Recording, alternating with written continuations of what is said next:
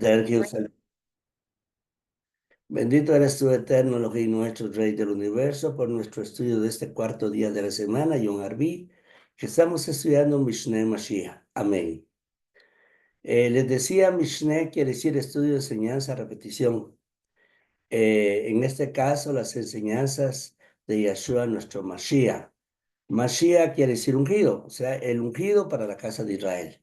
El ungido para la casa de Efraín. Eso es lo que creemos nosotros. Baruch Hashem por eso.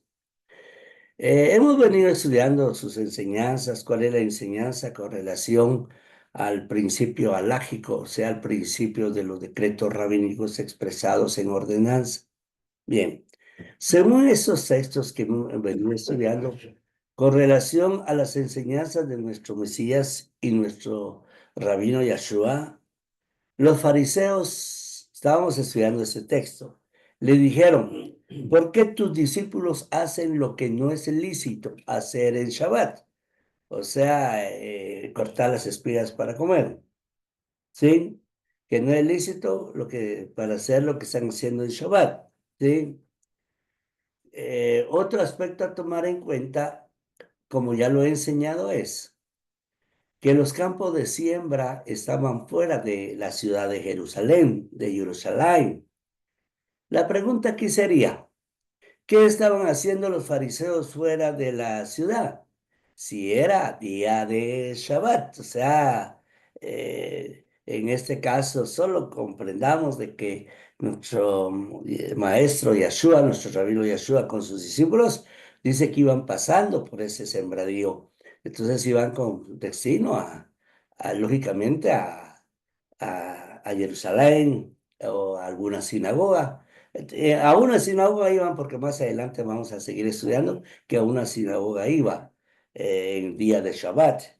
Está prohibido según decreto rabínico, está prohibido según los Javerín Yahudim, caminar más de 2 amot, creo que de 2000 amot, algo así que no se pueden caminar.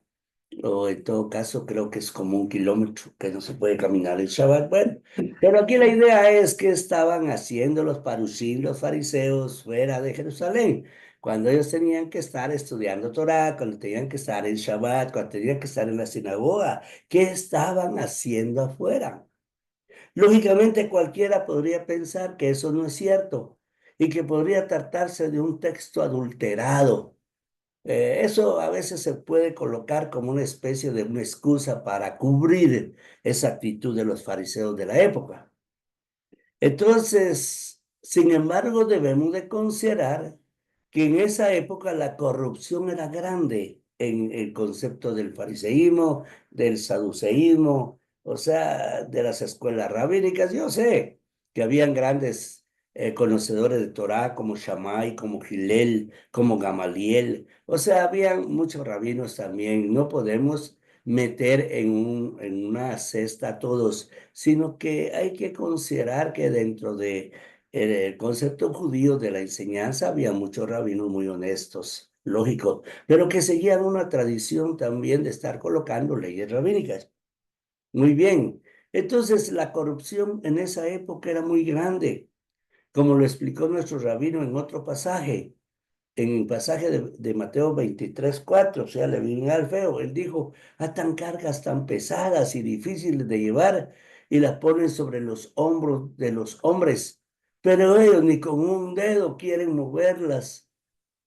Es decir, entonces que ellos realizaban actos que ellos mismos condenaban, o sea, ellos mismos lo hacían, que ellos mismos violentaban. Eso es lo que quiso decir nuestro rabino. Alguien podría objetar y decir, eso no es tan cierto, esto no es tan real, pero la verdad está de que nosotros nos dejamos llevar cabalmente por lo que está escrito en Mishneh Mashiach y comprendiendo cuál era la orientación de pensamiento doctrinal de él, o sea, de las alajá de él, de las alajot de él. Entonces tenemos que considerar no solamente la corrupción de la época, sino que cómo ellos actuaban. En este caso, ellos también estaban fuera de la ciudad de Jerusalén, en los campos, para ir a juzgar cabalmente la actitud de los discípulos de nuestro rabino Yeshua. Por lo tanto, aquí estamos en presencia no de un texto adulterado, sino en la actitud de una corrupción de los parushim, o sea, de los fariseos de la época, que para nadie es un secreto. Esta corrupción no es ningún secreto. Aún en el mismo judaísmo lo consideran así.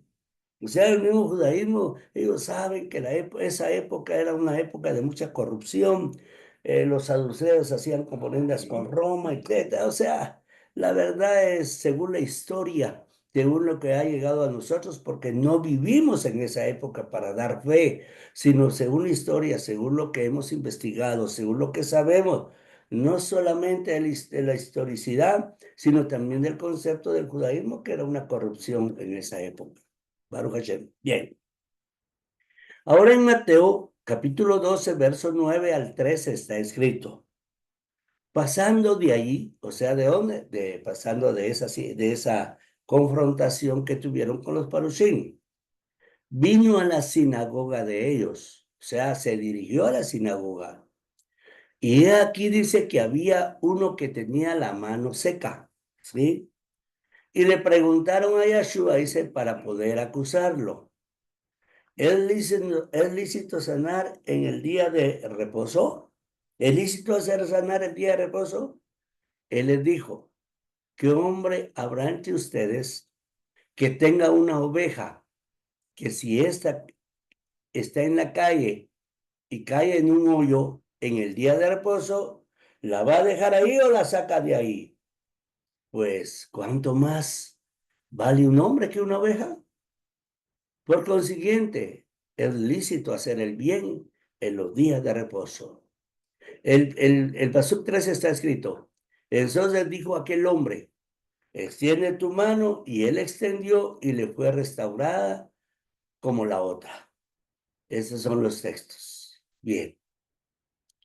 Aquí, estamos en presencia de otro pensamiento, un pensamiento de decreto rabínico que Yahshua no avaló.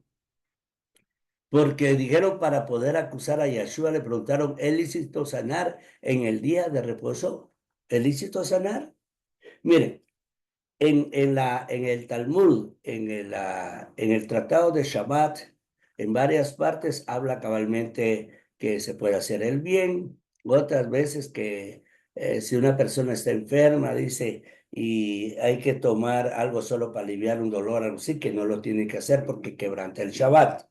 En fin, mire, hay tantas cosas que han colocado que nuestro rabino Yahshua nos viene a enseñar que lo más importante es que tengamos la actitud correcta para vivir en los mandamientos de la Torá.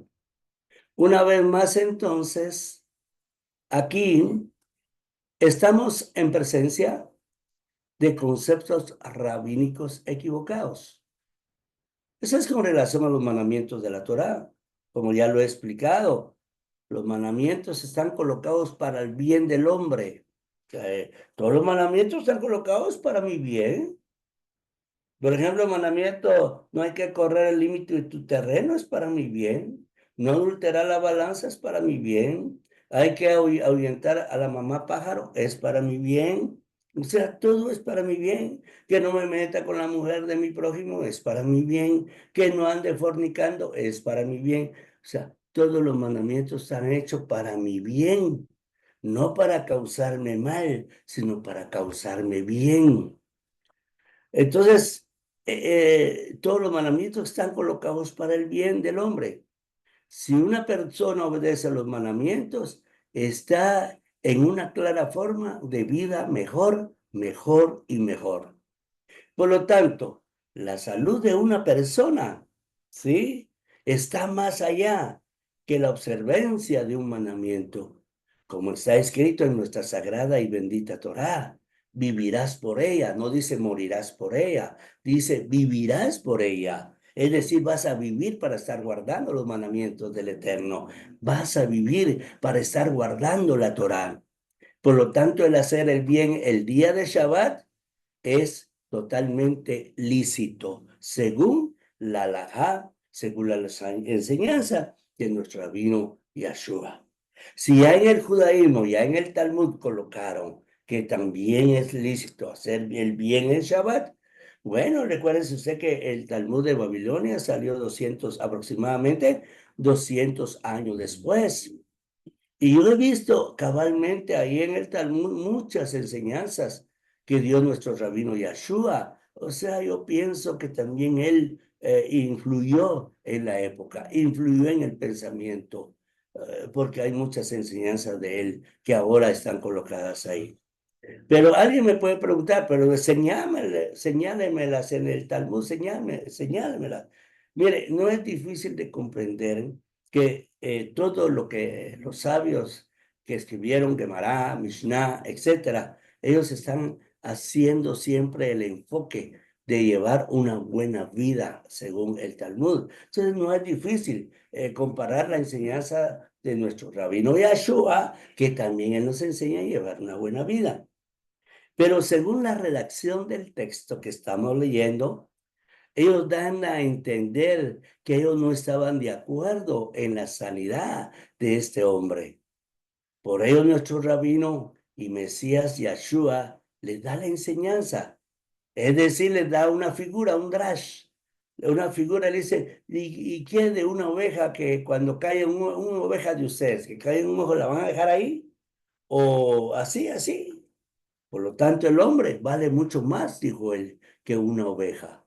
Un hombre vale más porque el hombre es la cabeza de toda la creación. El hombre domina el reino mineral, el reino vegetal, el reino animal.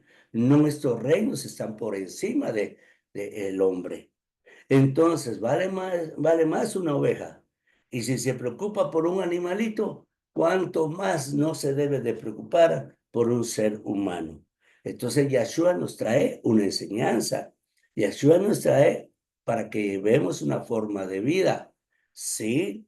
Entonces, eso es lo que enseña nuestro Yahshua. Y así a través de todo este curso de Mateo, vamos a seguir estudiando cuál es el pensamiento de enseñanza de nuestro rabino Yeshua, de su alajá. O sea, ya les enseñé que alajá quiere decir ir, o sea, viene de alaj, que quiere decir ir, o sea, ir por el camino. ¿El camino de qué? De la enseñanza de un rabino. En este caso, nuestro rabino Yeshua, nuestro Mashiach.